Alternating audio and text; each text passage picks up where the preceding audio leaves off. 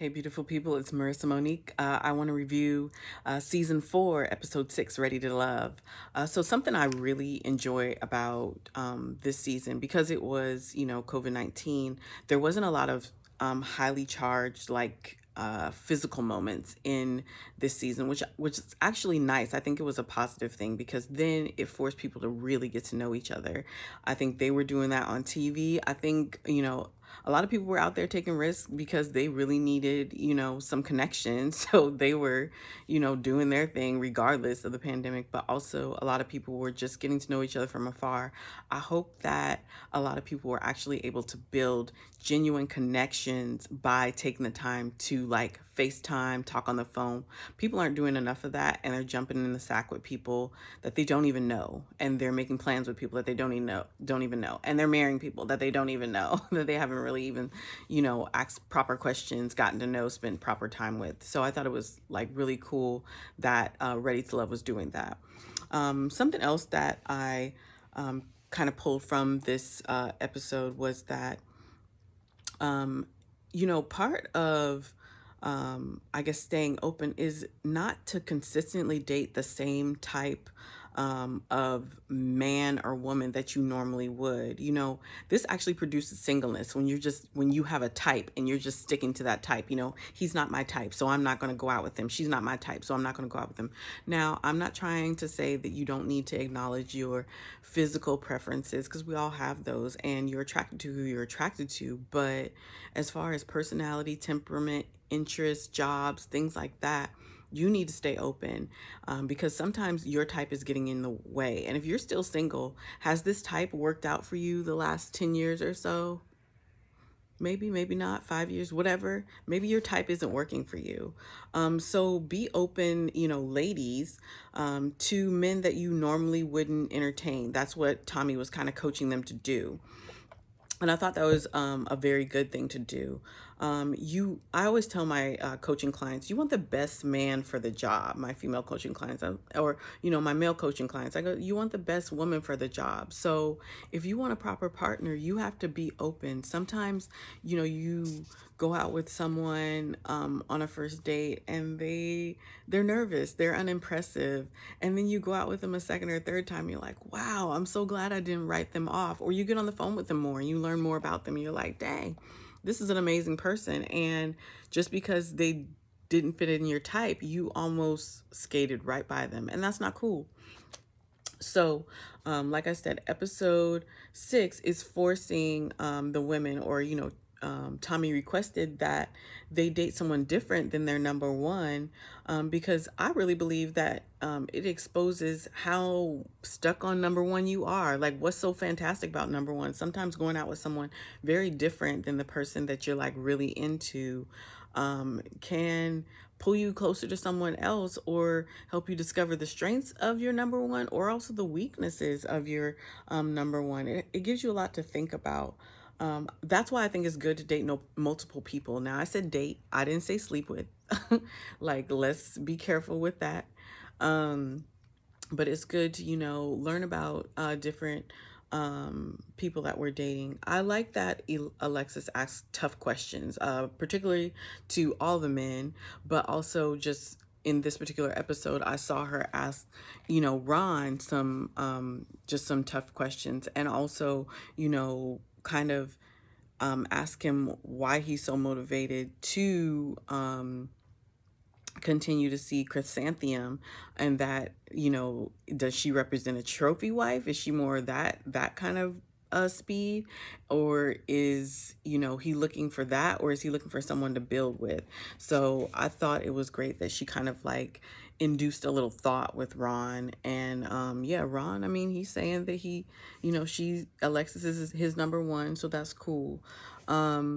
Let's see. I think that it's important also with that moment is that women and men, we should be attractive and have depth. So with women, we should have beauty and we should have depth. We can't just sit there and, and we can't do all of that. We need to have something to say. We need to have something to share. We need to have opinions. We need to have thought-provoking questions. We need to get to the bottom line with figure out what this man wants, what he needs, see if it aligns with our wants and our needs. Like, it's very important.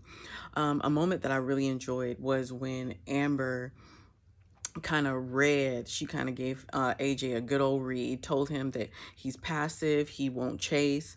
I think she challenges him to pursue, because I think AJ, like chrysanthemum, is one of those people that's used to sitting back, getting all the fans, getting all the groupies, and just kind of, taking their pick.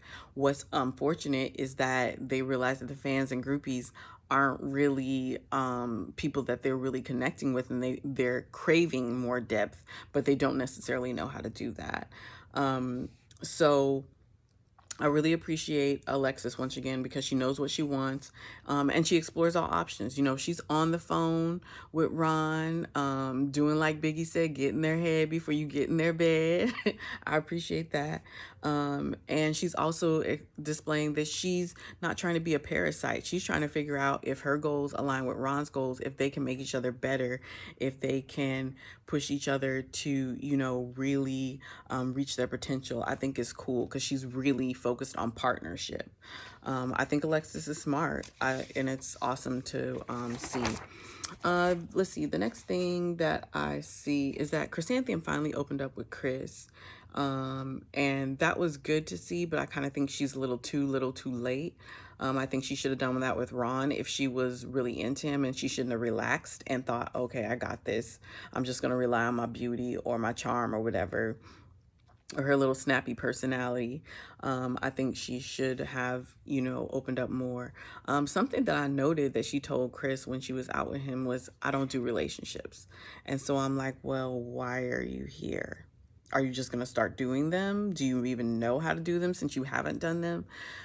So anyway, yeah, just something to note. I just feel like she's too neutral. She's too nonchalant. And then she also admits that she's not affectionate. A lot of men, when the doors are closed, they're very, affectionate, or they just crave physical touch. So if she's not comfortable doing that, I'm like, well, of course you might get used as an object in the past, because you're just not emotionally available, and you're not kind of like tuning into that. Men enjoy touch, from my experience. Also, she's so hot. I suspect that she's probably gotten put in a box in the past, where, like, if you're a little too hot, then men can sometimes perceive you as a man eater. They'll think, oh, well, she's got all these options. She's not going to commit to me, or I'm going to have to do something to really hold her attention. And so they're kind of watching her like, oh, she'll just, kind of, what else is she good for? Is she, besides her beauty? And so that's why I said it's important to have beauty, to have depth, to have spirituality, all of those things, as a woman, as should men too. So it's cool. Something about Joelle and Amber. Let's see. I liked their honest kind of exchange. I like that they acknowledged the age difference. I love that Joelle was just like, I mean, this is a young girl. Like, this is something I normally be running after. That was cool. I appreciated the mature talk about children and age and life goals and stuff. It literally kind of gave me a little woo woo woo in my heart. In my 20s, I dated a lot of men that were much older than me. I also dated a lot of men that were a little bit younger than me. I still to this day haven't dated a ton of men my age. They've always been a little bit older, a little bit younger. And I think for someone like me who's always been an old soul, I kind of ended up going out with men that were a little bit older than me. And so it was nice to see that Amber could hang, like that she had enough confidence. She had, proper conversation. She is inquisitive. She knows how to flirt. It's all, and she knows how to, like, leave a little bit so he can chase. She doesn't give him everything. So that was cute. And that's awesome. So anyway, these are my thoughts from episode 6, season 4, Ready to Love. This is part 1. I'll see you in part 2.